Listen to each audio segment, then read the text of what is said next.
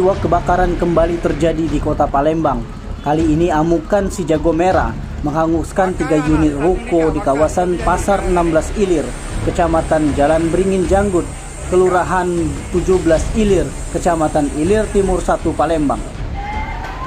Tidak ada korban jiwa dalam peristiwa kebakaran itu yang menghanguskan toko milik Edi tersebut.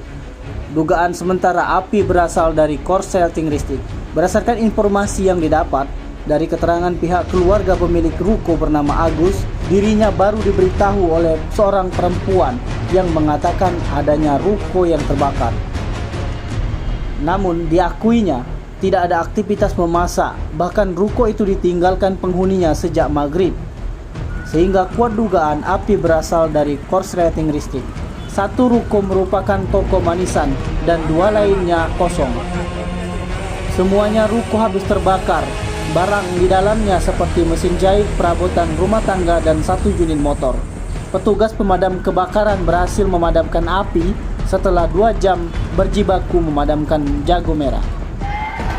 Mendapati adanya laporan peristiwa kebakaran, anggota identifikasi unit Reskrim Polrestabes Palembang langsung terjun ke lokasi untuk melakukan olah TKP. Tim Liputan Sumsel ABTV melaporkan.